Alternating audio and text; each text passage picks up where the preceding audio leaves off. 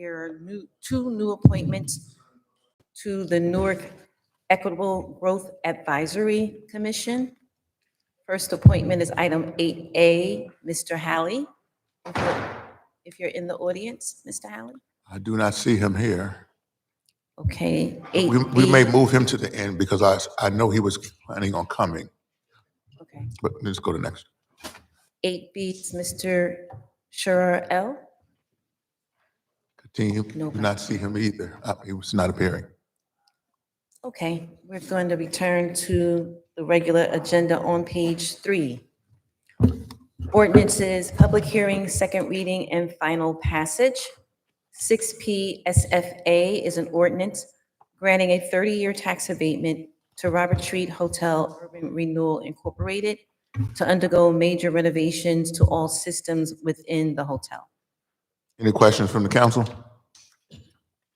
Hearing none. Next item. Oh, I'm sorry. You snuck up on me. Deputy Mayor, excuse me. Good morning, Council President, council members, Allison Ladd, Director of Economic and Housing Development. We just request that this is deferred to July. Okay. Motion to defer as a whole. Thank you. Thank you.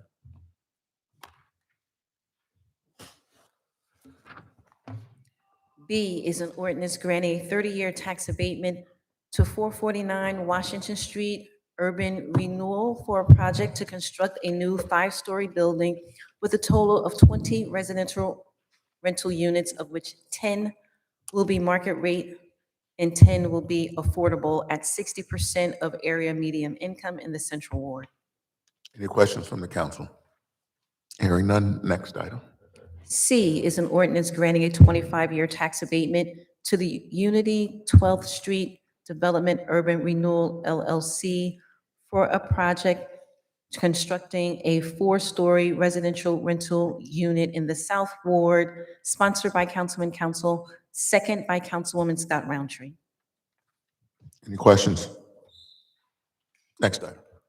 D is an ordinance amending one-way streets by designating East Runyon Street between Elizabeth Avenue and Sherman Avenue as a one-way street, sponsored by Councilman Council, second by Councilwoman Scott Roundtree. Next item. Items E and F are requested to be deferred into the local finance board meeting. Next item is G, an ordinance authorizing the First Amendment to the original tax abatement granted to Spruce Park Associates to extend the terms of the financial agreement. Questions from the council? Hearing none. Next item. Second reading and final passage. 6 SFA is an ordinance authorizing the execution of a lease agreement between the City of Newark and 169 Clinton Development Urban Renewal LLC for the purpose of providing housing for a significant homeless population. And I believe there is a request to defer from the administration. Duly noted. Resolutions. 7R1A and B are temporary emergency appropriations. A is for Hope Village 2 Trees and Shrubs Purchase Grant, and B is the Sun Up Food Service Program. Questions from the council? Hearing none. Next item. C through F are purchasing contracts. C is the Bergen County Cooperative Contract for Computer Equipment. D is a bid contract for vending machine services. E is a bid contract for Senior Nutrition Food Program. And F is a bid contract for hosting the 2025 Family Fun Day. Questions from the council? Hearing none. Next item. G through M are subrecipient agreements for the Crisis Response System.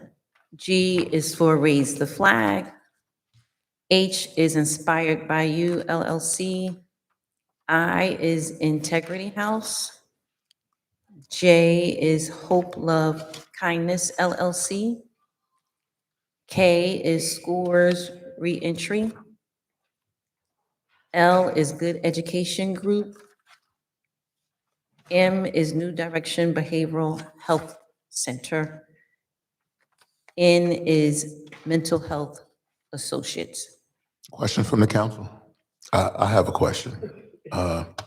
With regards to this matter, Director, just trying to understand, or with regards to, with regards to the, I just lost the page. Substance Abuse and Mental Health Services Administration, I'm assuming that's a federal agency. So the way these contracts are set up, is it that the federal agency is contracted with the local vendor or local entity? Council President Louis Valerio, Director, Office of Homeless Services. No, we are a grantee of this grant. These providers are sub-grantees, so it's a pass-through through the city, and we've awarded them to the sub-grantees. And so substance abuse, who I guess is Substance Abuse and Mental Health Services Administration? That's a federal agency, SAMHSA for short. So yeah, they provide grants, across various programs, devoted to mental health, substance abuse.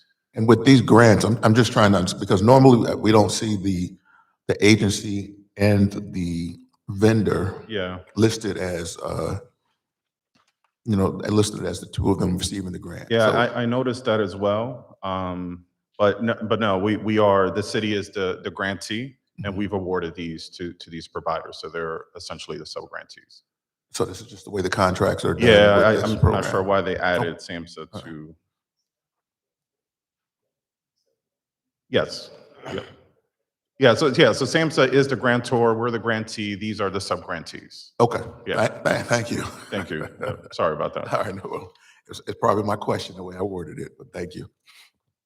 That was it. Yeah, Mr. Chair. Councilman, council. Yeah, thank you. Are we collecting data from these subgroups? I know they've done work before, but can we get current information as to the response of situations that they've been engaged in, as well as the number of people of service? Yeah, SAMHSA is, they do require, pretty stringent data requirements. So, that is part of this contract, is that they're going to be able to provide weekly data reports on their responses. You have folks that are going to be on the ground responding to a crisis. We're going to have behavioral health services, and also we've also have trainers that are going to train at sort of that ecosystem on how to handle folks that are experiencing a crisis in the community. Yeah, that's important. And I asked that question because the amount of stuff that we have going on, not with just our friends with addresses, right? But with a strong addiction population where individuals are experiencing a lot of mental health crisis. And I know we are responding a lot to many different things along these corridors.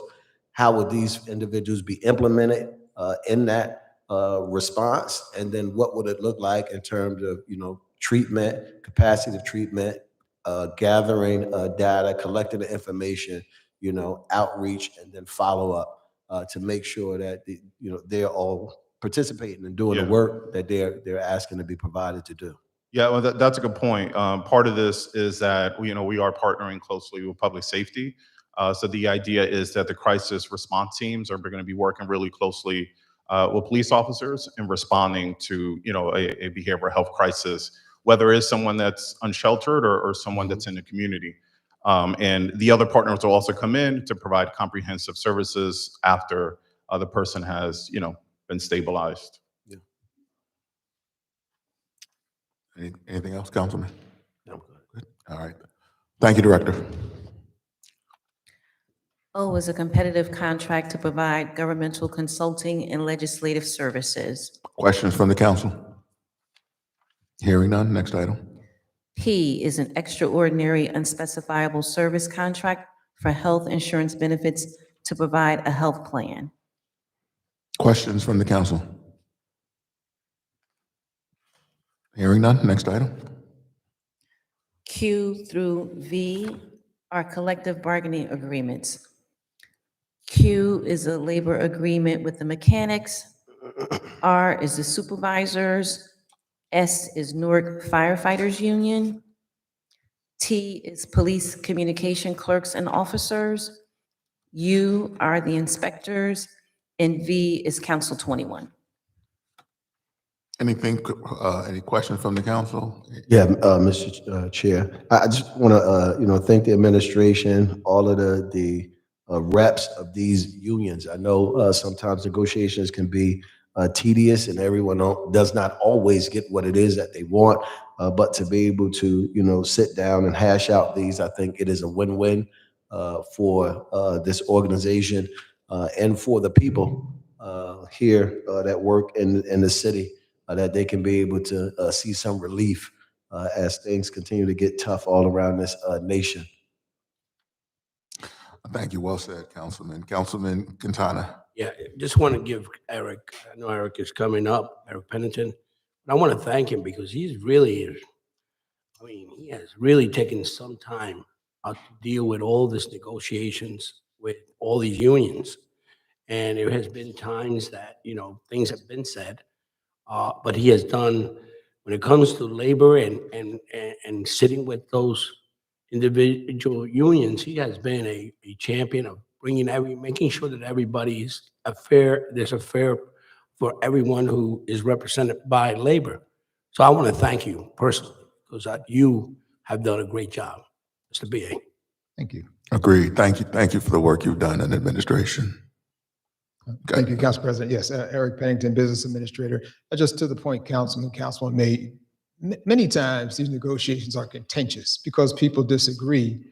And we obviously want to get what we consider to be best for the city, the administration, and the residents. And the unions want to get to what's best for them. So oftentimes those disagreements turn into being disagreeable. And that was not the case in almost every one of these negotiations. I'm gonna call them out, even with the SOA, we have in the past been very contentious. It was not. It was a reasonably agreeable, we fought, but we didn't make it personal. So I want to take this opportunity to thank all the representatives from the unions that we negotiated with, because they came to the table with an objective to resolve the issues that they wanted to see resolved in these agreements. Each of them fought hard for what they believed was in the best interest of their members. They got some things in some cases, and we got some things in other cases. And at the end of the day, I think to the points that have been made, everybody walked away reasonably satisfied, not getting everything that we wanted. But the negotiations themselves have been really good. The ones that are still remaining essentially are the Fire Officers Union, the FOP, which I think we can resolve very, very soon as well, and the nurses. The nurses were kind of far apart. I don't quite understand why. It's not contentious, but we're just not making good headway, but hopefully we will. But I expect that the FOP, and I think the NFOU will also resolve, but the NFOU, which is the Fire Officers Union, and the nurses, Geneso, they're more far apart than the other, the FOP. But it's been great. It's gone very, very well. And hopefully I can see Councilman Gonzalez is not here. I would tell him now that I've finished with most of the unions, I can make sure that we can just budget to you. So that's the next plan. Anyway, thank you. So you're saying next month? That's my plan. That's the plan. That is it. Absolutely. All right. So, thank you very much. All right. Thank you, Mr. BA. Anything else from the council? All right. Seeing none. Next item. 7R2A through C are private sales. A is new construction of a 3-family home to rent out at market rate in the West Ward. I do believe we have the developer here. Go ahead, Councilman. Thank you, Council President. All right. I know that this was on the agenda last time, and it failed to pass. Can we have Deputy Mayor come up and talk about what this project is? And I know that we have the developer here, so she can give a detailed description of what's going on. I know that Councilman Quintana is one of the people who didn't vote on it, and I understand because of the assessed amount, and she's supposed to send a letter to everybody.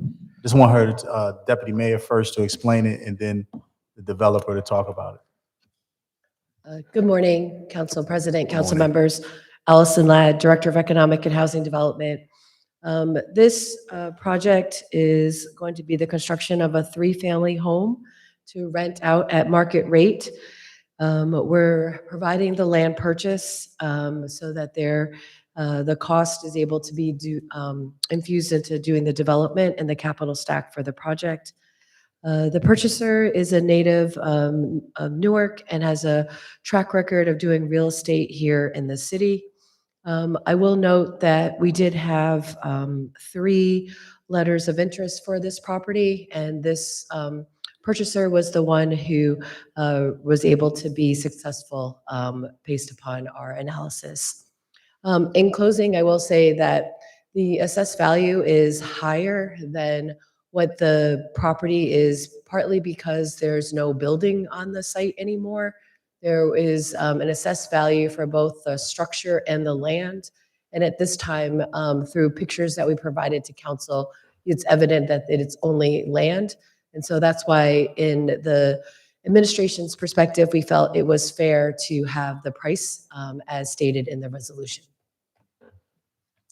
Thank you, Deputy Mayor. Hey, Council President, can we hear from the developer as well? absolutely.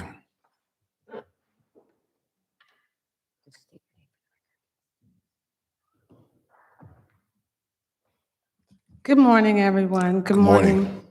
Thank you, Council, for allowing me to speak. My name is Natasha Akinyele. I am born in Newark. I work in Newark. I'm raising my 3 sons in Newark Public Schools, college graduates, whatever. I'm happy to say that when the mayor came to our block association and he talked about the blight in our community, he said, if you want to make change, do something about it. And so I stepped up over 3 years ago to begin this process to acquire that lot. The house was dilapidated and falling on my neighbor's property, and it's just an eyesore. On the way over, I did take pictures to show you that there's no house. There's just blight. There are rodents, there's garbage. We need to do something. And so I decided that after my years of helping other people to acquire land, to build properties, to bring value to their community, this was my time. And it has been an arduous process. So I'm really excited to have this opportunity to build a 3-family home. As I said in my proposal, I grew up on Section 8. My mother raised 5 children on Section 8, and I learned from that you have to work hard. I went to school, I graduated, honors, Rutgers. I hate saying all this in public, but I wanted it to be clear that simply because my name has an LLC behind it, I'm a businesswoman, I'm a community member, I'm an activist, I'm concerned, and most importantly, I just want to see change. And so the intent was, like I said in my proposal, to build a structure and to allow, of course, low-income citizens to have space, a loving, clean, respectful space. So the intention is to build a 1-family on the block that I live on the block that I make sure we clean up, on the block that I fight to have public service brighten our streets. And so today, I hope that that is clear. If you have any questions, I'll take any questions. Yes. Councilman Kelly. Just one question. I respect all of the work that you do in the community. I've been to a couple of South 10th Street Block Association meetings, Absolutely. and you're very, very vocal. But not only are you vocal, you call my office, you ask for change, you ask for help, and that's always appreciated, because if we don't know what's going on in your community, you definitely let us know what's happening. One question, though, you said that maybe it was just a slip of the tongue. You said you're building a 1-family, but is it 3-family, right? It's a 1-family. I'm sorry, that's a realtor thing. It's actually a 3-family Okay. home. But by law, any 1-family is a structure from 1 to 4 units. Yeah. So. Okay. We just want to know what you're building. Yeah, We don't want to confuse the public. We just want them to No, understand I your want to build 3-family. a 3-family home. All right. Thank you. Yes. Thank you very much. Thank you. Any Councilwoman Scott Roundtree. Your mic is on. never be ashamed of where we came from, because it's not where you're coming from, it's where you're going. So I never had a problem with saying at one time I was on public assistance, because that's not how I was born. But some point in my life I did. So you're saying that it's going to be for affordable, but it says market rate. So will one of those apartments be how, like the just that? Absolutely. It is guaranteed that at least one unit will be available for low income, Section 8, any program. And People need to hear that, because when it says at market rate of 3-family, they're looking at the language in the resolution. They don't see all of the back behind it. So. And that's why I'm here, because I want it to be made clear. Mhm. Here's my proposal. In that proposal, it talked about growing up on Section 8. It talked about providing affordable housing. How can I come and say we need to change it? And I know what rents are. How can I come and say, I'm building a new 3-family house where the apartments, because of the cost, have to cost a minimum of $2,500. I'm willing to work with our community members to make sure we have housing. And ultimately, the goal is to continue to develop affordable housing. This was just my project, my initial project to come to the city, so to provide that. And something for the record about knowing and accepting where you come from. Yes, I want my sons to know that where we live, we're invested. I want my sons to know that their mother took on an endeavor that's a minimum of $1 million to do. But I believe that with faith and hard work, you can achieve. So absolutely, I wanted everyone to know there's a person behind NATAC. That is my office address. I live in Newark, and you'll see me. I'm probably the loudest house on the block, but so any other questions? Anything from the council? I know, thank you for, I know expressing yourself. Thank you. Because I know Quintana, also Councilman Ramos, I just wanted Quintana, Ramos, and Gonzalez to hear your story, and because of their vote last time was mostly based on the assessed amount, and we understood why. So I just kind of wanted them to hear what you were doing, where you were from, how you were doing it, so that they can have an understanding. And so with that, at the last time that I spoke, I did mention about the assessed value. I was quite taken aback on that day to find out the number. The assessed value of the land is $24,400. And it has been that for some time. So let's yes. go back. Let's just, I think that's enough that has been said. Is there anything from the council or other council members want to say anything? Thank you. Are you gonna? Sponsor? Yeah, we're good. We'll move. Yeah, sponsor. So it's Councilman Kelly's going to sponsor. I'll second it. Thank you. Thank you. Next item. B is new construction of a 3-family home to rent at market rate in the North Ward. Questions from the council? Yeah, Mr. President, Ramos. I'd like to return this item to the administration, hoping that they can come back to us with a different price point. Is there a second? Second for Councilman Quintana to return to administration. Next item. C is to amend the property address and sale price in the West and South Wards. Questions from the council? Yeah, Mr. Chair, if Deputy Mayor can come up and just, give an overview and explanation. I'm, clear on what was happening, but if she can just come up and give an explanation on what was occurring in this situation. Good morning, Council President, council members. Allison Ladd, Director of Economic and Housing Development. The item that we're asking for an amendment, the council approved a sale back in 2022. And over the course of clearing title, we found that there were title issues on 2 of the 3 sites. And so what we wanted to do was to hold our commitment to the purchaser. And so we're requesting to exchange 2 sites for 2 that were no longer able to close. And are these sites, I'm assuming these sites are compatible or comparable? Yes, Council President, we worked to ensure that they were consistent with the original sale and so that it was fair to the purchaser. Because at times, as you know and others know, that sometimes when we have properties, the title is not clean. And so we have to go back through a re-foreclosure process. And that can take several years due to the legal aspects that have to be resolved. And so in an effort to advance the projects, we wanted to offer this amendment to the council. Thank you. Councilman Kelly. Just a quick question, Deputy Mayor. Is the square footage the same, or did the square footage reduce a little bit? Did it get higher, or is it around the same?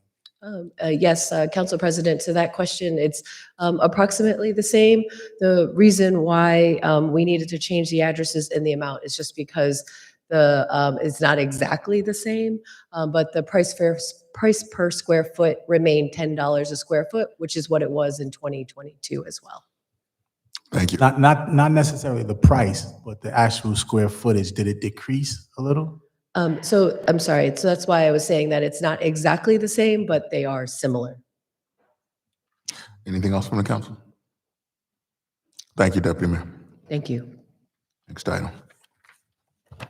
D and E are professional services contracts.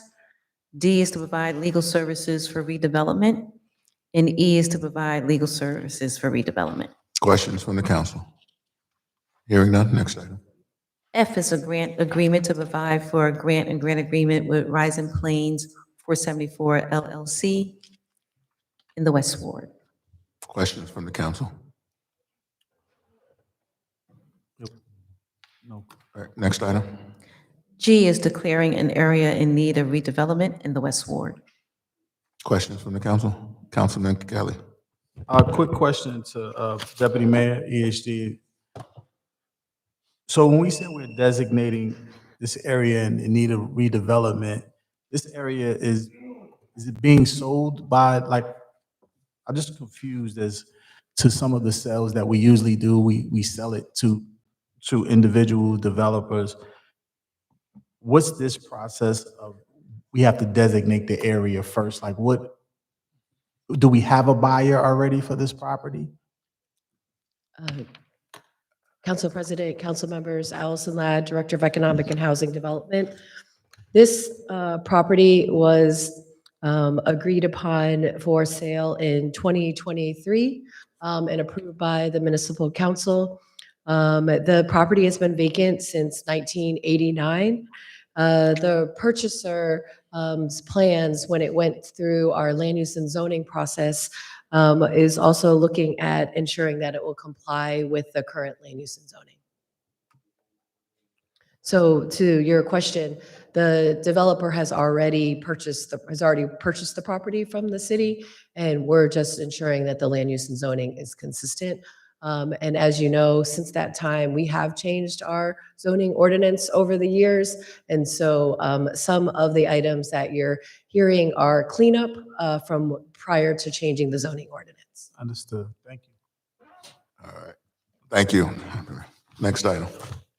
7R3A is a change order to provide street paving and pedestrian improvements.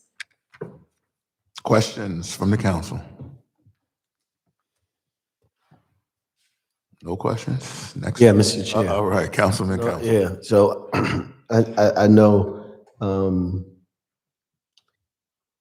they're looking for an amendment to change this, but one of the problems that we have is there's been no street paving this summer. I don't know if we have the funds to do it, but there's been no street paving outside of the work that PSE&G was asked to do. I know we've asked for a list of what streets was going to be paved so far, but I don't think we're going to get that list because there's no work being done. Yeah, Mr. President. Councilman Ramos. Yeah, I agree with my colleague. You know, this is the first year that, since I've been around, that I have seen very little to no paving activity. And, you know, we're in the summer months already. And I know we're approving these grants prospectively. We're talking about 3 or 4 years down the road that these streets are supposed to get paved. But I want to know how many grants did we approve in previous years where the paving was supposed to happen in this year and it hasn't happened, and why is that? Is it an issue with the bid process like we've had in the past? Like, this stuff should be pretty automatic at this point. Anything else from the council? Director?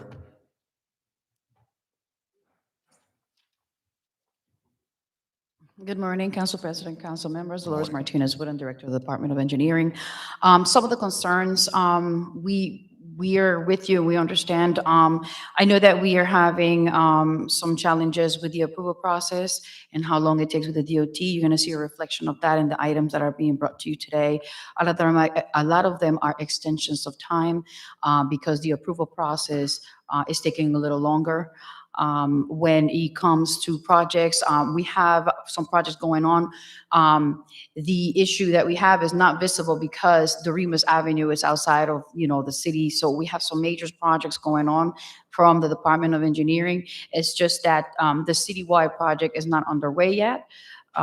We also have MA 23 that is going to start in July of this year. You're going to see an item in the agenda today to get that contract locked down and started. We were doing some funding relocations within our budget to be able to fund some gaps that we had in the MA 23. That is also an item here in the agenda today. So we see about 25 locations, which is typically the run of the street, or, I could provide the limits of those streets, but we're looking for 25 locations starting in July, other than the ones that we're doing in the city perimeters. So are there any streets being paved today? Council President, I can send that information back to you. I can definitely get the information from traffic and send you an email for what the activity is for the day or for the week. So, Mr. President, Councilman Ramos. I understand you. In a real simple way, can you explain why we haven't paved any streets this year? I know we approved these grants, like the one that's on the agenda today, identifying streets that are supposed to get paved in the future, let's say 2028. So there were a number of streets that had been approved previously by the council that were supposed to get paved this year. So why hasn't that happened? I would imagine that once you submit the application to DOT, let's say 3 years ago, they would have approved that process. So is it a bid issue? Like, what's the delay? Okay, so we do have to follow the bidding process, as you mentioned, Councilman Ramos. The thing is, more often now we're having funding gaps, so that we have to supplement that gap with our citywide budget or requests from the administration. At this point, we are working what we have in the budget. It's one of the things that how we get allocated, we have to request for our funds to be given to the Department of Engineering ahead, and we're working with the administration because, as you know, we get the 12th and the quarter. Like, by the time it's March, we have a quarter of the budget, so we have to work with the administration to get funding ahead of time. But the only way to understand how much that is to bring it to receive it from the bid and know how much the project is going to cost itself. So the whole process from approval with the DOT to supplementing the gap that we have in funding, depending on how much we're granted, that's taking some time in our end. So you're telling us that these grants that we apply for don't cover 100% of the paving costs, that the city has to match a percentage of the paving costs? Yes, so a lot of the grants that we received is not the entire funding, correct? So some of them we have to supplement from city funds. And what percentage does the city have to put in on average? Is it 10%, 20%, 30%? Like, what's usually the gap? So again, it depends on the type of project because every project is different depending on the amount We're of talking about locations. paving, like paving a North 10th Street, like I would imagine that the square footage cost is pretty much the same for paving projects. So. Right. So the estimate that we have for the city is about $500,000 per mile. But again, it depends on the intricacy of the project because some of the projects require a little more sidewalk work, which is what goes on first. So if we have a heavy pedestrian area, you're gonna see a lot of the sidewalks being done ahead of the paving. So again, Councilman Ramos, I mean, we can discuss, case by case basis, but they're all very different. The one thing that is a changing factor when we go out for grants and the number of locations, one of our struggles with the state and the Fed is that they don't understand the dynamics of the city of Newark. So as other municipalities are okay with paving maybe 10 locations, the city needs more than that.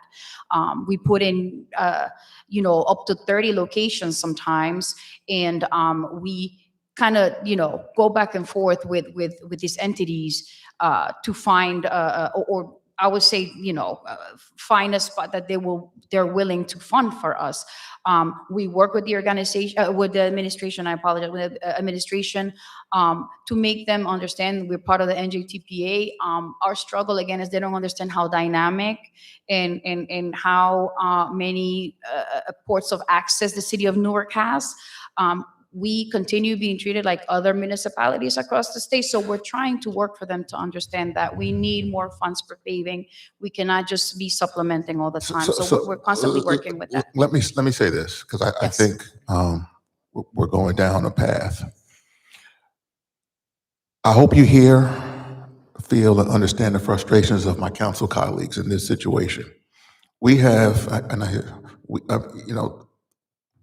the minute it got warm, plans should have been in place prior to that to start paving. And that's what the expectation was, and I think is from not just us sitting up here, but from the community. So to be June 3rd and discussing that things aren't going to start until July because of funding gaps, it creates a problem for us. It creates a problem for those who live in the community whose streets need to be paved and are getting potholes and tires flattened in, all other issues that arise because of this. And so I know you got the director behind you to speak on this, but I just think there should be, I don't feel it here. And this is probably something that is discussed, if not every meeting, every other meeting. And I think the importance right now is to address whatever concerns need to be addressed, find whatever funding needs to be found, and the process start. And I would hope start sooner than July, because it shortens the amount of time that we can do paving. Yes. I know Councilwoman Scott Roundtree has something to say too. And then we'll bring up Director Adine. Go ahead. After you. Thank you, Council President. I just want to be clear for the record. You're saying that the grants we apply for do not cover 100% of the paving at all? None of the grants we apply for cover 100% of the paving? I just want that for the record. And as I want to ditto what, after you can answer that, but I do want to ditto that it costs the city money when those potholes and people's cars it costs us. It costs us. So while we're waiting and not looking at this as a sense of urgency, that's on the back end, costing us money for suits, costing us money to fix people's cars, if they can prove that they lost their front end because of one of our potholes. So I know it's a catch-22 situations in some instances, but I just want to be clear that we're not applying for grants that cover 100% at all of some of this paving. Thank you, Councilwoman. Yes. Council President. Yes, so we apply with the expectation that they will cover 100%. As I said, they have, let's say, a 10 location limit. We always go above and beyond that because we want to pave as much as possible. And sometimes we have to meet them with some funding because let's say we get granted 20, they allow us to do 20. And then they tell us, that if this is what's going to happen, send it out to bid and whatever gap the city will cover. So the expectation is that we can be in under budget or on budget, and they'll be completely covered. But, you know, the reality is when we put it out to bid, when it comes back, it's a different story. So we have to end up supplementing. But the idea is to make sure that all our locations get funded. And then once we put it out, we do have to cover. So it, you know, unfortunately, you know, I cannot gauge how much that is because it depends on what the market is looking like. I do want to add that we do have Dorimas and we did complete Elizabeth Avenue. I do have Director Ed Dean because we do work together on these projects. So I don't know, Director Dean, if you want to add something. Sure. Good morning, Director Dean, Water and Sewer. Just wanted council, you know, since 2000, we have paved about average of 30 miles per year, right? We still think we're still on course to pave that 30 miles. Normally, although it may seem like we won't be starting the citywide paving, not the DOT contracts, not the federal contract, that we won't start that until July, we're still on board to do the paving. We go late into December, sometimes early January in the last 4 years with paving.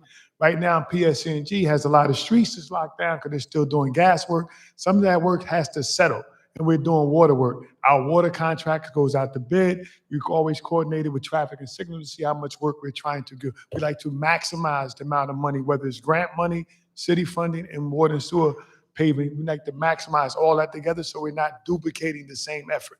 That's allowed us to do about the average of 30 miles per year for the last 5 years, 2020 to 2024.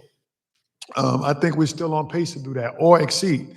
However, as the director said, lately we've seen Elizabeth Avenue and Duramus Avenue get paved, and she's got some other projects. But in July, we officially kick off the city projects of paving, citywide paving on the city side. Then water and sewer will be coming behind it with some of the paving that we'll be doing that we left for water and sewer cuts, and holding PSCNG to push a lot of paving towards the middle and the end of the year. So we will be following up on that paving. Councilman Katana. In terms of paving, this is not just the only city that does paving. Around the National League of Cities, cities are encouraged to use the CDBG grants to enhance bridges and roads. So we should and take that CDBG grants and put it as a block instead of putting it in economic development and utilizing it more for roads and bridges and things that are needed, because that's what the guidelines of the CDBG grants come about. This is not the only. There's other cities. The match funds come out of the CDBG grants for the construction of roads. So we have to be creative and find the funding. Thank you. Anything else from the council? Yeah, you know, Director Dean, you know, you talked about the duration of the time, and all of that is still weather pending, right? Yes. If we reach that, so we have to understand that. The two in alignment with the grant procedures and how that works, the state assigns the number of properties that they would approve for the city and say, this is the amount of money we're giving you this year. Could be $1 million, $1.5 million, $2 million. And if the city wants to proceed to do the other kind of projects that was not approved from what the state is saying, then the city would have to match those funds, right? To be able to find those initial dollars to put in to do the 30 miles of pavement outside of whatever the water projects are and where those dollars facilitated in from grants and other things to help with those railways. Outside of what public service is doing, we're just talking about just city paving, being in front of it, knowing that the asphalt places open April 1st, have a time limit of when they're open, when they close, based on the duration of when we have to do this, start this work, possibly, not guaranteed, right? Possibly in July or starting in July, and then have that framework to look at October or early November to finish whatever is guided out, right? That is the correct process. Yes, Right. but on the other side, I just want to clarify something. Everybody forget, the city in the last, and I'm saying the city, this administration, this council have set money aside for the last 4 years to do citywide paving. That's what she's talking about. When she says July, citywide paving to start. And water and sewer comes behind her with their paving. The DOT paving is some of the contracts that you're extending now. That's on the thing. We're getting extended the time, right? Because DOT took a longer process to approve it. It has nothing to do with, she said, Director Wooten said, in July, the citywide paving starts of the contract that was already approved. Any other questions from council? Thank you for the clarity. All right, hearing, Ramus Avenue is already started. Thank you. Elizabeth Avenue is completed. all right, hearing none. That was, Thank you, directors. we good. Next item. The city is 330 miles of road, right? We did 150 in 4 years, so count on us. We got it. But none right now. It's just a fact. Thank you, Council President. Council President, Thank you, Councilman just have a Silva. few. I'm sorry, directors, Just in time. because I'm the one who requested them to just come and speak regarding the paving, right? Is this regarding the paving or no? Yeah. Okay. And I apologize, I'm late. I had a flag raising ceremony. My concern, directors, is when are we going to start? Because at the end of the day, every day that goes by, every week that goes by, the window closes. I realize we have till like October, I think it is, but there's so many streets in the East Ward. I mean, I don't know my other council colleagues, but there's so many streets that need to be addressed between the water connection that you guys did a few years ago, the gas lines and the services that doing now. You can't go down several streets. It's like an obstacle course. And I know why. I know they just did my home last week, broke my sidewalk and did all that, but that's part of the process. But when are the paving? I know director sent an email out, and I'm going to get her the streets that I feel that are most need, but it's almost, I'm going to say, more than 4 or 5 streets that need to be addressed, especially in the East Ward. I'm not speaking for my council colleagues. Their ward is on them.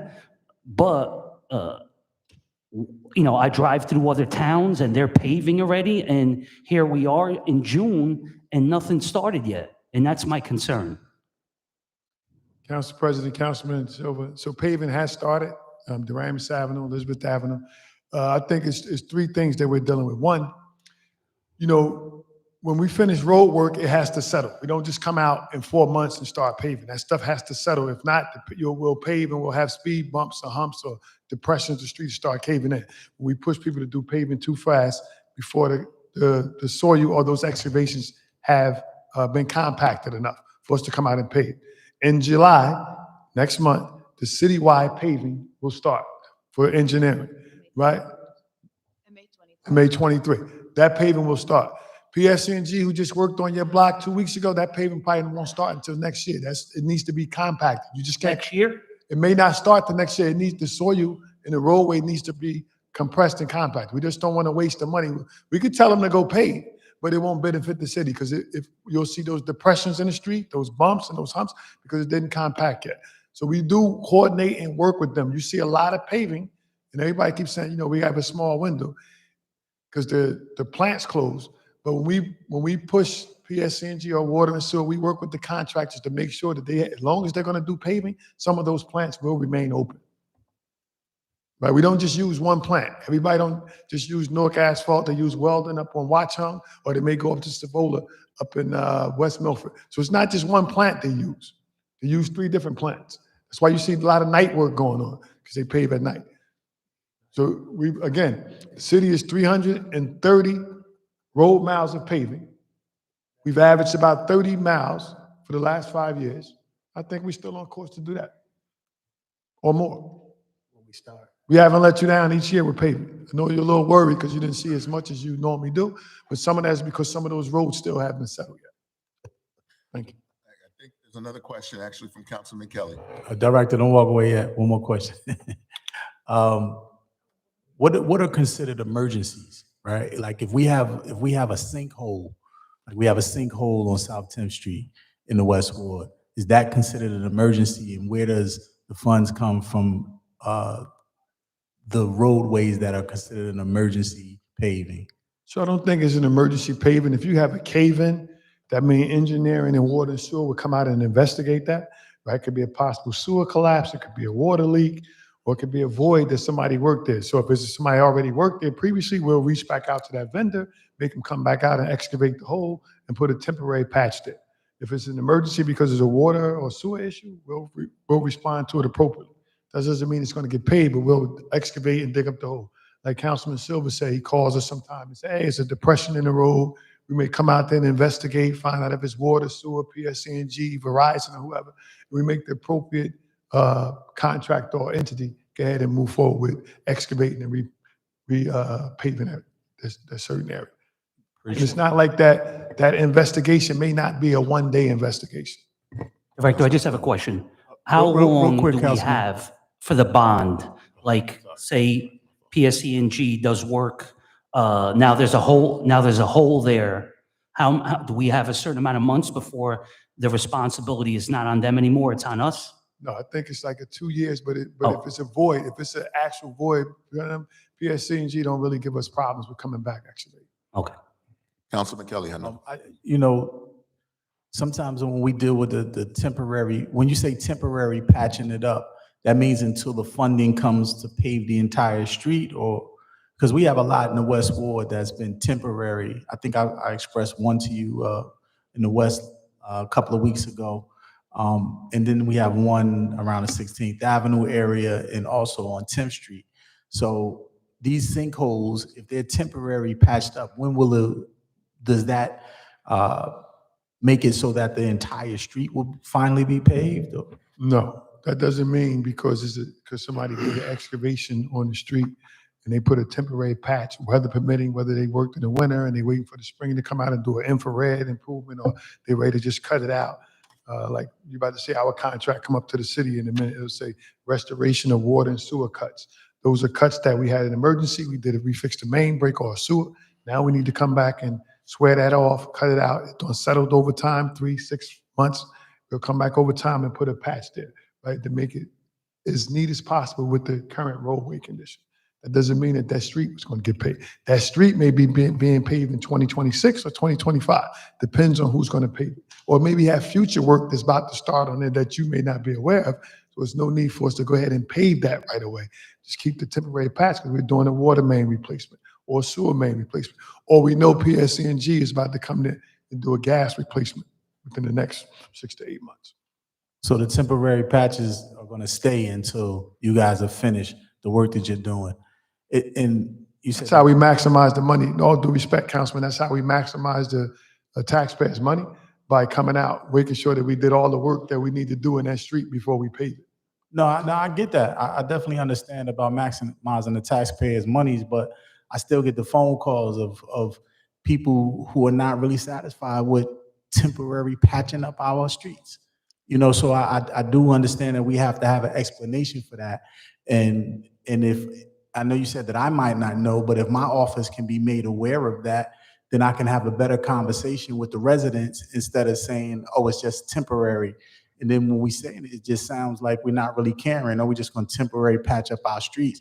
But if I can have a better conversation with them and let them know why it's temporary, who's coming out, and those things, I think that they'll understand it a little better than it just seeming like we're just giving temporary patches and we still haven't paved anything. Yeah, thank you for that, Councilman. I'm gonna just say this last thing. If you have streets where you think the temporary patch has eroded or has depression, you should just give us an email to water or engineering. We'll go out and revisit it. If we got to straighten the patch up, we will. Yeah, appreciate that. So let's do this too. Let's wrap this conversation up. But I think, and if my council colleagues are amenable to this, is at our next pre-meeting, have a presentation or discussion just on paving alone. All right, we'll do that just on paving. So the July meeting, we'll have a discussion. And if the council has any questions, let's send them questions to the clerk's office to forward to them so that they will have the answer when we have the actual presentation. Okay? All right, I saw some head nods. That's good. Thank you. Don't go anywhere, Director, Engineering. I got a question. Next item. B is requesting additional time to award a contract for the construction of the bikeway program. So my question just is, why the delay? Okay, Okay, thank you, Council President, for your question. Just for context, the limits of this project is from MLK on Central Avenue down towards Gibson Boulevard. This is a connector that is going to tie into the riverfront line. We had challenges with utility coordination because it is a heavy corridor, as well as the DOT process. So between the administrative DOT process and coordination of all the utilities, and what's necessary to make the bike lane installation be underway. That's what we faced. We needed a little more time for bidding to put it out to bid. The project is ready, but we're trying to put it out to bid, and then we estimate to have a gap also in the installation, because the project started a few years back, and now that we're going to build it, with the economy changing, we may have a little gap. So we're anticipating hopefully to stay, to bring the project in budget. When do you yes. anticipate going out to bid on this? I'm sorry. When do you anticipate going out to bid on this? Okay, so the extension will allow us to go out to bid. I'm have to get back to you exactly on when we're going out to bid, but I'm anticipating at the end of this month, beginning of July. All right, thank you. Anything else? All right, seeing none, next item. C is a bid contract for the municipal aid 2023 Newark various street paving project. I'm not even gonna ask, next item. Okay. 7R4A is authorizing the foreclosure of 25 properties. Question from the council. Can we get a list of that? Director, Councilman Silva requested a copy of the list of all the 25 properties. So it's part of the, I know it's part of the, but Madam Clerk, if we can just take it out of the backup documentation and provide it to the council members, appreciate it. Thank you. Absolutely. Next item. B and C are confirming bond sales. Questions from the council? I see Ben. Director, if you want to come up and explain these. I think we talked about these before, but.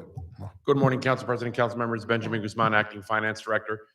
Yes, these two resolutions to authorize the sale of bonds is through the sale of bonds through the New Jersey Infrastructure Bank. The first one is for the additional filters for the Quantic Water Project. My understanding is that it is eligible for approximately $3 to $4 million of principal forgiveness. And we're asking that to be, approved at this week's meeting, so that way we could make the 2025 fiscal year budget in order to attain that principal forgiveness. And the second resolution is for the $800,000 green infrastructure, and that one is eligible for 100% principal forgiveness. And we have to do these before June 30th. Correct. Yes. Okay. Thank you. Anything from the council? Oh, thank you, Ben. You're welcome. Director, excuse me. Next item. 7R5A through R are contracts with subrecipients for emergency shelter and HIV services. A is Apostles House. B is New Community. C is St. James. D is Newark Emergency Services for Families. E is Public Strategies. F is St. Michael's.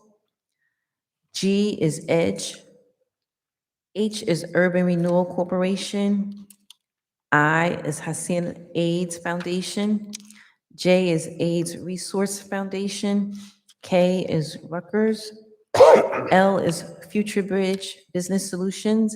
M is Beth Israel Medical Center. N is North Jersey AIDS Alliance. O is Zufall Health Center. P is Public Strategies. Q is Apostle House. R is Rutgers. S is to amend the resolution at no cost extension. T is to amend and extend the grant agreement which provided grant funding for the maintenance and upkeep of the purchased trees and shrubs at Hope Village 2. U is acceptance of grant funds and authorization of a memorandum of understanding with co-applicants, subrecipients of the grant funds for the Community Crisis Response Partnership Project. Any questions from the council? Hearing none, next item. 7R, A, and B are settlements for executive session. C through F are professional services contract. C and D is litigation matters. E and F are for special counsel. Questions? Next item. 7R8A is waiving special event fees for the Juneteenth market, sponsored by Council President Crump. Second on that? Second by Councilman Quintana. Next item. B is resolution of support for the Back Together Again fashion show, sponsored by Councilwoman Scott Roundtree. Any questions, anything on the matter? Councilwoman, excuse me, Scott Roundtree. I just want to say for the record that this resolution does not financially obligate us to anything by supporting the fashion show. We know who Angela Ellaby is. We do know that the 100th anniversary of Symphony Hall is coming up, and I think it would be a good look for us to be a part of someone who was working with this administration before, I think, everyone except Louis Quintana was elected. He's been a fixture in the city of Newark.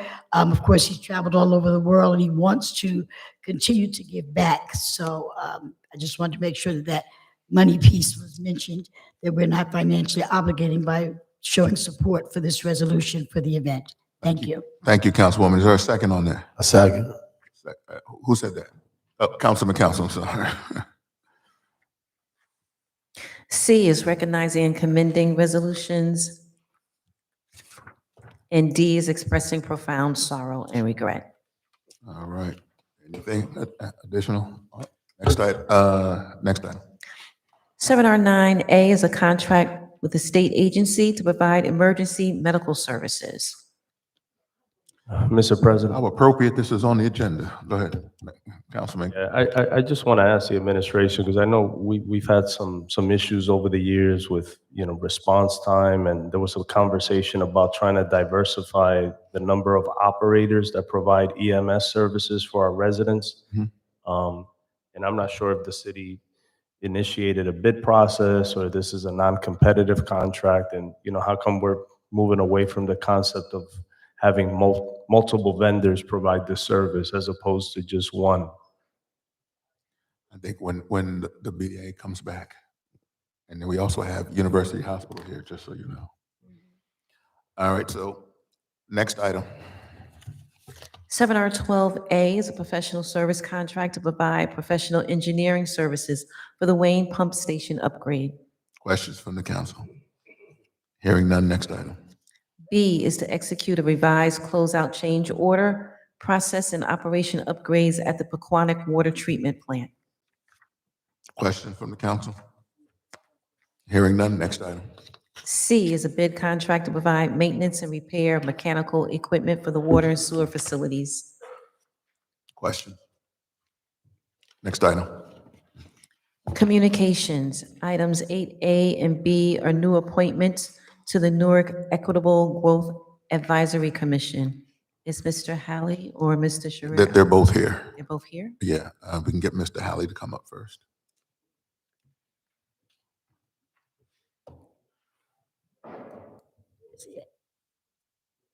The team is here.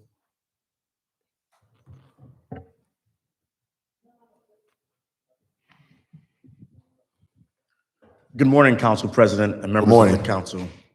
Thank you for having me here, and I'm excited about this nomination and grateful and honored to have received it. Again, my name is Thaiko Halley. I'm a Newark resident from what I call the best ward, the West Ward, and I have various titles and positions and involvements that I have both inside this great city of Newark and outside. I work for Rutgers University here on the Newark campus as the Associate Director of the Humanities Action Lab. I also attend the law school here at Rutgers Newark.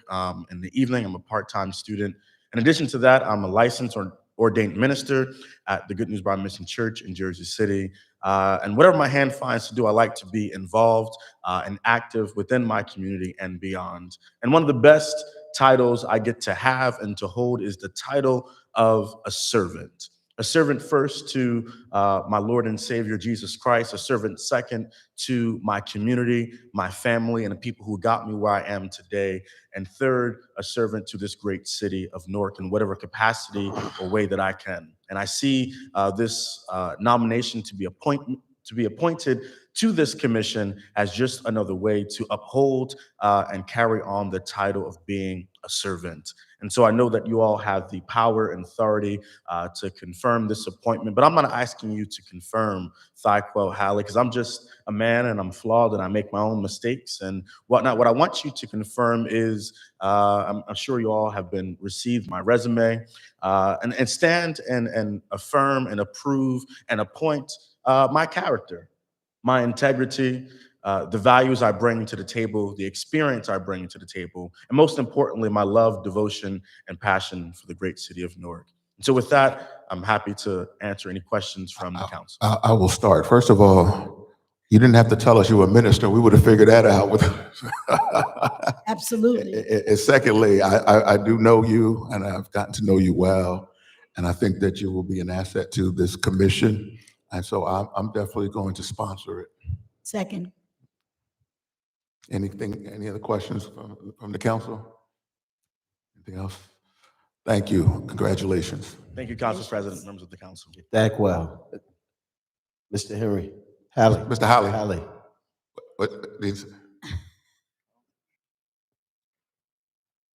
See how you turned around and wasn't responsive to me. That's what happens in the West Ward. That's what, Lord. I just wanted to let you know that. Help us, God. Congratulations. Thank you. Congratulations. Now go away quick before you something Better else go. Don't take that comment for the West Ward. I know, Mr. I saw Katim here. Where is He's over there. Yeah. Somewhere there he is. Yes. Good afternoon, Council President, members of council. Thank you so much for allowing me this opportunity to grace you today. My name is Katim Shearer Eel. I am a son of Newark, born and raised in the West Ward, and have the pleasure of living in the mighty South right now. But I am a son of all of Newark, and I'm excited about this opportunity to serve my city in this capacity and support the mayor's goals for equitable growth in this city. I see this as an opportunity to not only be a critical friend to the mayor and the administration, but to also bring the experience and voice of the community into the conversation of how we develop our city. So I'm excited to serve and look forward to supporting the aims of the administration. Thank you. Anything from the council? Yeah, Mr. Chair. Council. Definitely delighted to have you as an appointment to this committee. I know you're going to bring a great wealth of knowledge, expertise, in the vision that the city should have, because it's greatly represented by a good man of your stature from the Great South Ward. So I'll make a motion. Thank you. Second. Accept that. Second. Yeah, I'll Council, sponsor. second, council. Second. I'm excited. It doesn't hurt that you wore a bow tie today. That This is helps you true. out. This is true. Councilman Kelly. And I just want to say, the Great South Ward, but formerly of the Yes. best ward, West Ward. There you go. Fairmount No, High we're Strong. just excited though to have you, man. Thank We're turning into one of these days, huh? Okay. Thank you, All Councilman. right. Quick comment, Councilwoman. Quick comment. Listen, you all city, brother, and I'm excited, even though I know you were born in the West and the South. You actually, when you step out to represent Newark, New Jersey, it's not about South or West, it's about the entire city. And you have done that in all of your works. Whatever you do, you invite all of the city to participate. If they don't show, that's on them. But it's not because you don't include everyone in all of your work. So I know that you're going to represent well, along with our minister over there, very well. So congratulations. God bless Thank you, Councilwoman. Thank you. Anything else? All right, thank you. Congratulations to you. Thank you. Next item. C is a reappointment to the Newark Equitable Growth Advisory Commission, Ms. Stacy Berger. Questions? D is an ordinance granting a 20-year tax abatement to 54 Lockwood Street Urban Renewal LLC for a project involving demolition of an existing obsolete industrial buildings, environmental site remediation, and redevelopment of land in the Central Ward. Questions from the council? Councilman Silva. I'll just ask the clerk to check that. That might be the East Ward, Lockwood. I'm not sure it's a Central Ward. All I'll right, double check. let's double check that. Definitely. Anything else? All right, next item.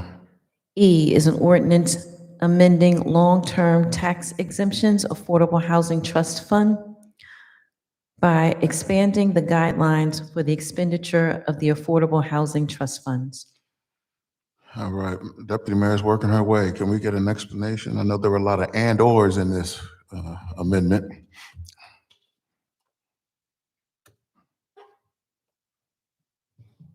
Good morning, Council President, council members. Morning.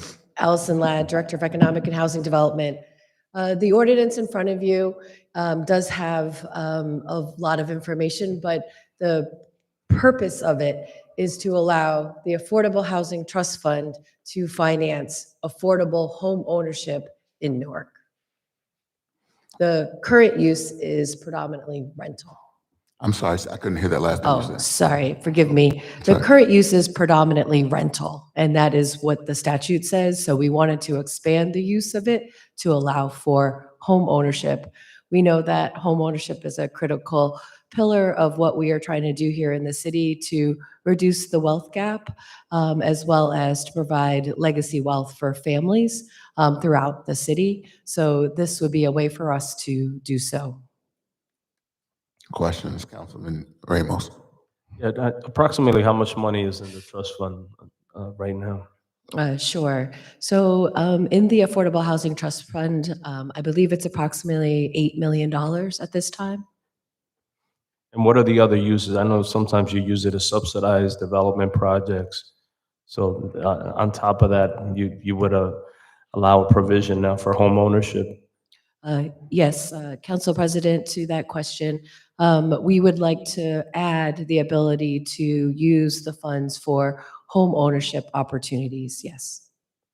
Is there a percentage of the 8 million that you would allocate for home ownership, or is it kind of open-ended? Oh, fair question. At this time, it has not been determined about the amount.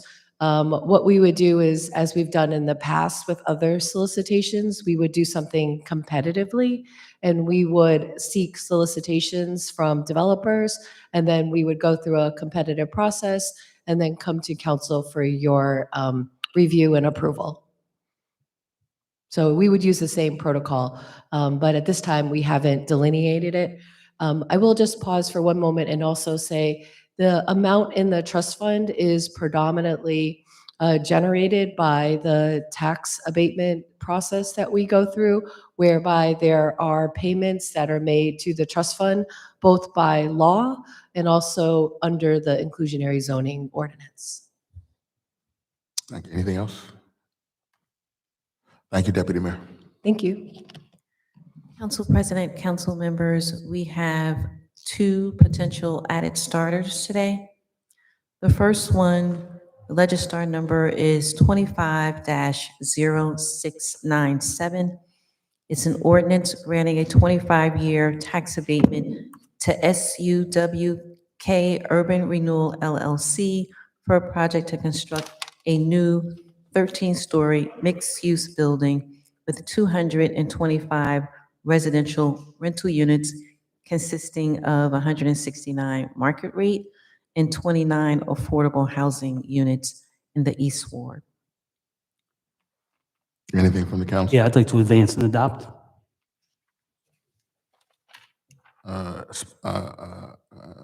Silva Quintana. Duly noted. Next item. Second added starter is item number 25-0731. It's a pre-settlement for executive session. Say it one more time. It's a pre-settlement agreement for executive session. Executive session. Okay. Thanks. Presentation? That concludes the agenda. That concludes the Mr. agenda. President. Let's go speak. The BA is back. Maybe he can answer. Oh, okay. Yeah, let's go back to that question. Councilman Ramos, you want to restate your question? Yeah, Eric, this is related to the EMS services. I know we've talked in the past about, there've been a lot of concerns over the years about response time. We talked about the possibility of diversifying the number of entities that provide EMS services. I know you had talked to me about possibly doing a competitive process, like,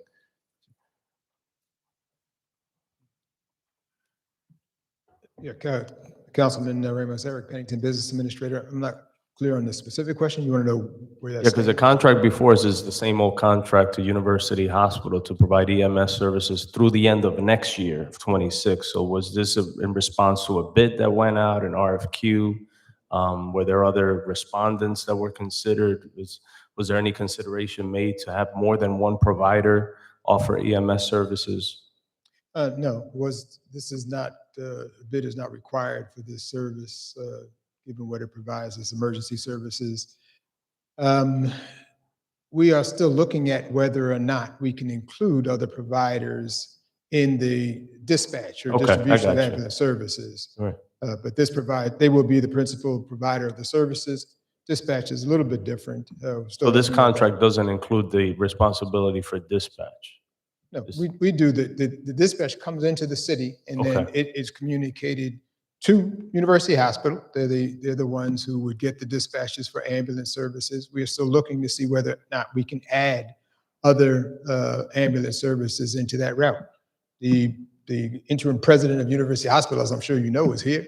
Some of those questions you may want to ask Yeah. her. when No, she I gets mean, up it's the city that's procuring it. It's not really university's issue. They're glad to provide the service, but Well- it's really whether the city would want more than one provider or would want a third party to potentially run the dispatch to ensure fairness in the process of where people are referred to as far as hospitals in times of emergency. Certainly. In the first instance, the call comes into the city, and then the city routes that call to the appropriate recipient. To the extent that we could have additional ambulance services involved and have them part of a rotation, that has not been decided, but it's not been ruled out. The city, the administration, the mayor, and I and others are still concerned with the response time.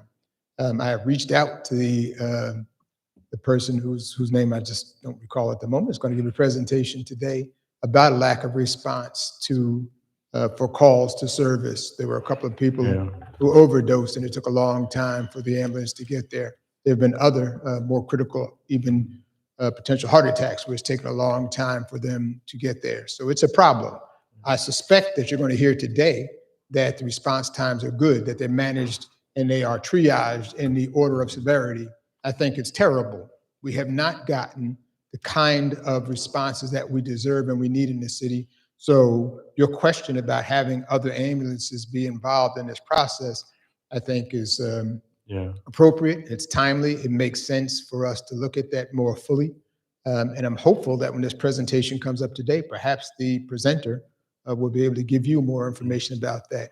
Part of the issue is whether or not they are prepared to share the routing of ambulances and whether or not they want to, control that for themselves. Part of the issue is when ambulances are dispatched, for the most part, they are brought back to the hospital from which they're dispatched. That's where hospitals make money. Then when the patient comes into the case, they can make a determination as to whether or not they're going to keep that case or send it elsewhere. And if it's a profitable case, more often than not, they want to keep the case. There are stark laws that say that they're not supposed to be able to do that, but it happens. And I'm happy for you to ask whatever questions of this presenter today to get the answers that you need. No, I appreciate it, Eric. You have a very good understanding of my concerns, and you know the situation. Some years ago, I think President St. Michael's Hospital came before us. Sure. They made a direct investment in buying ambulances to put in our rotation at no cost to the city. And the feedback that we've gotten from them is that they're never called to do pickups because, like you said before, it's to university's advantage to pick up and bring patients back to University Hospital. So it's not necessarily the best thing for the resident of the city who's facing an emergency. But if we do have providers that want to contribute ambulances in the rotation, then they should be utilized because we desperately need them. We get calls, Louis and I get calls from senior buildings all the time from managers complaining about how long it takes for an ambulance to respond to a senior who's in crisis. So No, the I points are well appreciate taken. your efforts on this. So. No question. I mean, with the prior president of University Hospital, we talked about having ambulances in various wards, where they would be in wards at different locations, so they'd be dispatched from those wards to see if that would make more sense. That, I think that died with his departure, so I don't know exactly where that is now, but that's something that we need to certainly bring back up and look at. We want to make sure that the residents throughout the entire city, have access to ambulance services. Ambulance services in the East Ward now, still, where they do use those ambulances, and they are helped, as far as I can tell, with the response time. So we need to do that throughout the entire city. Thank you. Councilman Quintana. At one time, we talked about that, PA was maybe housing some of those ambulances in firehouses throughout the city. Because Newark is a 24 square mile city. By the time they get from one point to the other, people can't hold till they get there while they're being having a heart attack, or these are families or seniors, like Councilman Ramos indicated. So there was always, somebody dropped the ball somewhere, but it's not our side, it's on the university side. They dropped the ball. And I want to be very clear with them, we spent a lot of money, and I would tell them how much money we spend. And every time an ambulance comes, it's not they're doing us a favor. We're paying for that favor. So again, I think we need more response because it takes forever.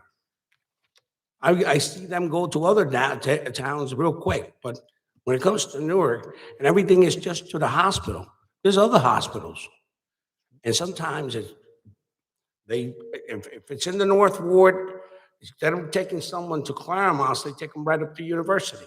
I know it's a business, but we can't deal with the citizens' business as their business. It's our business to make sure that they get treated right and equity for everyone. Understood. All right. Thank you, Councilman. Anything else? All right. Mr. Stewart. I was wondering why you were sitting down in the audience. I'm not used to seeing that. Good morning. We do have one more added star that was Yeah. not mentioned. It is the Legistar number is 250810. It's in reference to a settlement with Princeton Partners. It's a marketing firm. I'll let Director Alsbrook come up and speak to it. If it's a Not if it's a settlement, we're going to do it executive session. We're going to do it in executive session. Why don't we just do it all in executive session? Yeah. Public comment. Public comment. We are in a 30-minute public comment portion of this meeting where each speaker will have 3 minutes to speak. Please state your name for the record. Is there anyone wishing to address the council? Hello, everybody. Shakir McDougal, Seymour Ave. Good to see y'all today. First of all, I want to thank Council President Crump for showing up. I did graduate from Newark's workforce drone program, so I'm officially a remote drone pilot. The city's doing something great, so we definitely need to get that out there. More people doing that. I was in the community. They have some questions. I said, since the community ain't gonna come in here, they want to know. When is the relief coming for the community? Stimulus. They're looking for some type of stimulus. The community also said they would like to see our mayor in the community a little bit more often. So get that to the administration. I'm not coming at them. This is what the people are asking for. Where's the money for the homelessness? I know we got Azar here. These are just the questions. Where's the fresh produce for the unhoused? They need to know where this stuff is at. Get this information out to them. You see one on the street, tell them where you think the closest whatever is at. Don't just ride past as if we don't see our people. When is the city government hiring? I see they're appointing people, but people are looking for jobs in city government. They want to work for the city. So please make sure information is going on about that. If you guys are hiring or looking for people to volunteer or need people, please make sure that information is out there too. And since next year is going to be our 360th year since our founding, I think we should find some money to do some type of celebration in our city. I know that Trump is doing a big celebration next year, and this city should put some money aside to do a big celebration as well. So find the money. I will be doing the state of the city, the state of the trenches address tomorrow. I think I was nice and giving the mayor some time. I didn't want to combat his messaging and what he was putting out there, but people on the streets need to be heard from, so I'm gonna make sure I speak to that. But yeah, I'm glad to be here. Silva, I heard you was dealing with some stuff, man. My heart still goes out to you, you know. As far as this street paving, that sounded not good at all. So you've approved money and the stuff ain't done, and now they talking about, I'm gonna have a lot to say tomorrow. We're gonna be definitely in here for a while, so let's get ready to ride. Thank you. Thank you for your comments. Next speaker. Seeing none. Public speaking is closed. Presentation. Presentation? Go ahead. Council President, council members, we have a presentation and introduction of Dr. Baston, the interim president and CEO of University Hospital. Good afternoon. I do, well, good morning still. I apologize. We did run a little long, so, and I know you have another appointment, so let's move right along. Thank you, Council President, members of the council. Thank you for having me today. I think it's very important that you get to know me and see my face, and that we have this time together, and I am more than happy to meet with you individually. I would welcome that. I would appreciate your time. And I just want to make sure that you know who I am and what I'm doing. I will be very brief since things ran over this morning.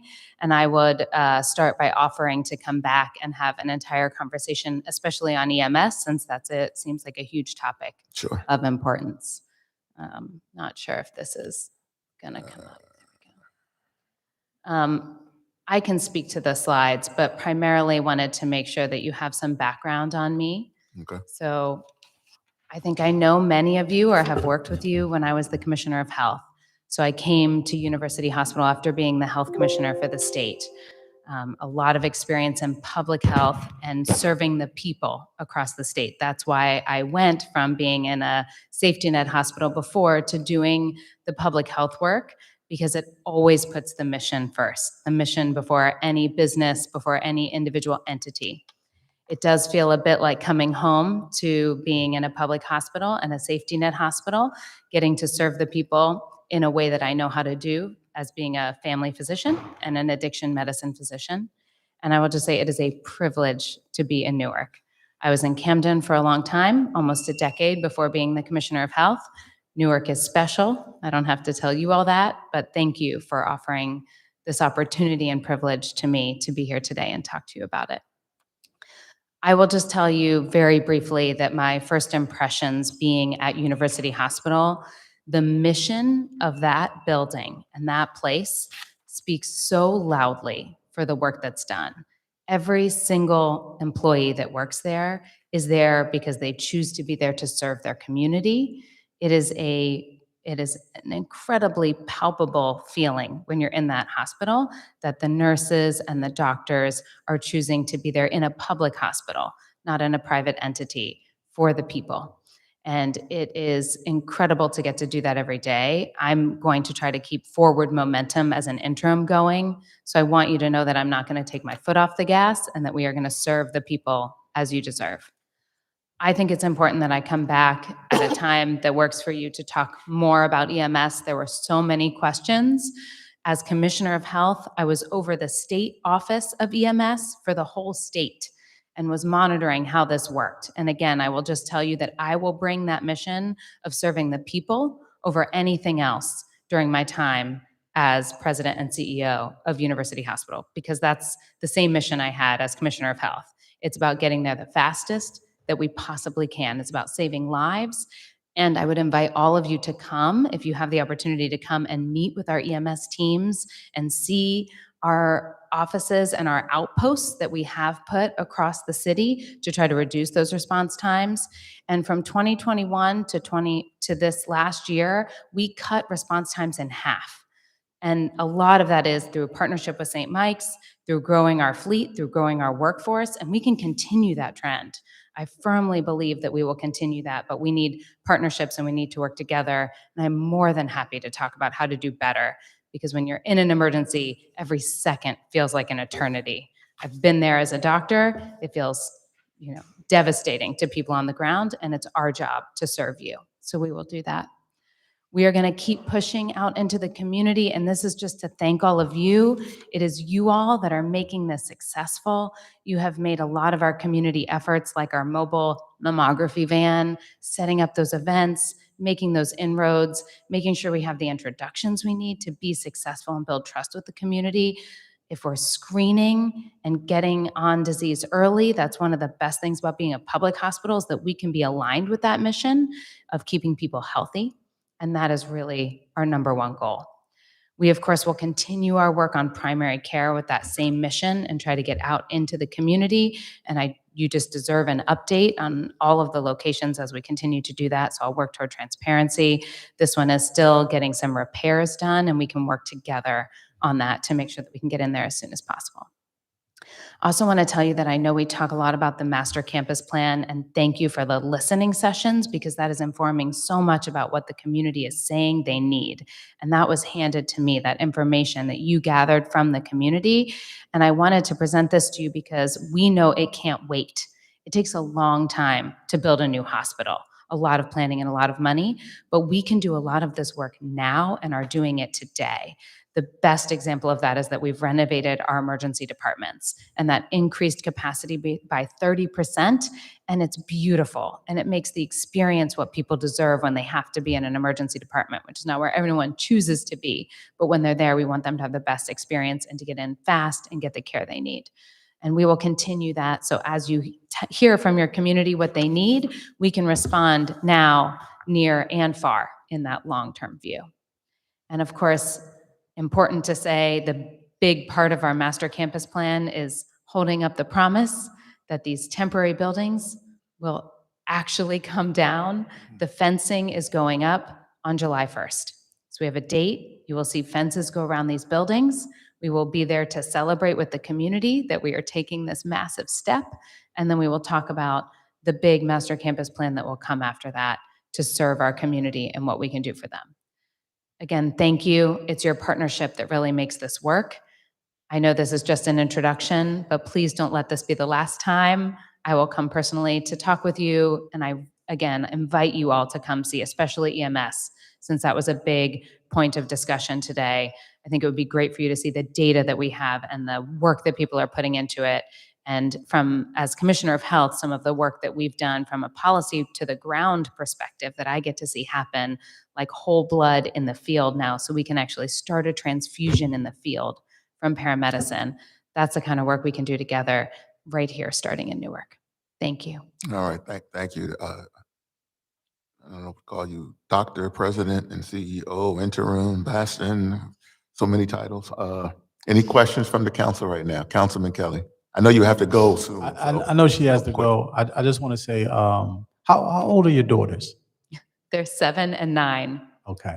I asked that because, I have a young son as well, and I know that it's important to me when I meet a doctor that's taking care of my son. I want to see the passion. I want to see the care.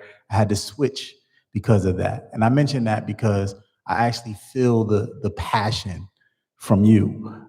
There's so many questions that I'm not going to really have time to ask you right now, but I would love to set up a meeting with you and just have a conversation. And I know we can do that through Ms. Brooke Tippins. And I just wanted to say welcome aboard. I'm not even going to ask you the questions that I need to ask you. I'm going to let you get to your meeting. Thank you, Councilman. And I look forward to that. And it's true. I believe in this from the bottom of my heart, the public health mission, the people, and as a mom. So thank you. And let me just say this, maybe if it's amenable to you, it's because of the schedule for the summer. maybe it may be better for us to do, and we've done in the past, have individual meetings with you or collective, a couple of council members, less than a quorum. Otherwise, it may be a while before we can get you in front of us again, to be quite honest. Councilwoman Scott Roundtree. I just want to say, I don't know, Dr. Caitlin, how long, Madam CEO, you're going to be there. But I do want to congratulate you because we've had many, many experiences with you and your leadership. And there's no doubt that this woman is going to do a great job as she is the interim CEO of University Hospital. I have complete confidence in you because I know who you are. So we'll just see how that turns out. But congratulations. Thank you, Thank you, Councilwoman. and I will. Long as Brooke Tipton stays with community. You took my thunder. I was about to say, you have a great team, and That's what Brooke that is for the definitely record. one of the people who is definitely community oriented, and we appreciate her. I appreciate what you being here and what you're going to do and the rest of your team. Thank you very much. That's what it takes. It takes a village. Thank you That's all. right. All I right. look forward to meeting with you. Oh, I'm sorry, Councilman Council. Yeah, I just had a quick question. You said the fencing would go up July 1st, but when will the buildings come down? I can just tell you exactly what's been told to me through the process, and that's what I'll pledge to do. Is I learn information, I'll share it with you. So the fencing goes up July 1st, and then there's testing, and they're explaining to me all the testing that has to be done of the building to make sure the community is safe. So that when that goes down, we know exactly what's there. There's nothing toxic. There's nothing that would happen to the community. I wish I could tell you how long that was going to take, but it depends on what they find in the testing so that they can safely bring it down. So we will keep that conversation going. We'll make sure the building comes down safe. We will celebrate when it comes down, and then we will celebrate as more services go back up. Yeah, if we could just get an outline about, the testing, if it's soil erosion testing, the periods, timeframes, when it's supposed to start, then possible demolition of the facility. Excellent request. We'll get that to you. I just have a question. Okay, Councilman Silva. Yeah, 2025, was that a good year for the hospital? Did you guys break even? Were you solvent? 2024, were you solvent? Did you break even? What was the outcome? What were the numbers? So I can tell you, as we're just closing, right, we're in a fiscal year that's similar to the state fiscal year. So our fiscal years that we're doing are on the same aligning July to July. So I'm watching our finances year over year, and right now, we've been stable. The last few years prior to this year, we were doing a lot better. And a lot of that was state and federal funding infusions and a lot of investment that had to do with raising Medicaid rates. And so again, just a comment on how important it is to protect Medicaid and the rates for Medicaid that really close that gap so that everybody gets the best care regardless of the insurance they have. And that's what's kept us doing well so far. And I'll let you know after we close this coming fiscal year how it ended once we're able to do that. All right, thank you very much. I appreciate it. Thank you. All right. You want to leave that with us, Brooke? We can put it up. We'll put it downstairs now. All right, thank you. It's your stuff. Yes, the colognes of the council. All right, everybody have a great day. Council, executive session, yep. Roll call for exec. Yes.